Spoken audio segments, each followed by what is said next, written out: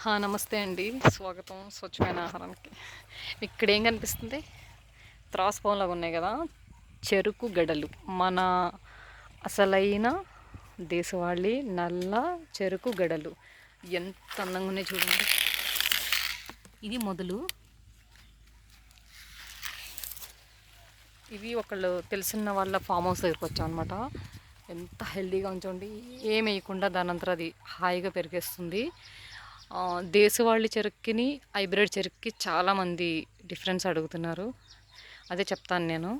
ఇప్పుడు దేశీ చెరుకు వచ్చేసి మనకి కనుపులు చాలా దగ్గరగా ఉంటాయి అన్నమాట. చాలా దగ్గరగా, ఎంత దగ్గరగా అంటే మనం ఫింగర్ వేళ్ళు ఎంత దగ్గరగా ఉంటే అంత దగ్గరగా. ఇది చూడండి, చాలా దగ్గరగా ఉన్నాయి కదా.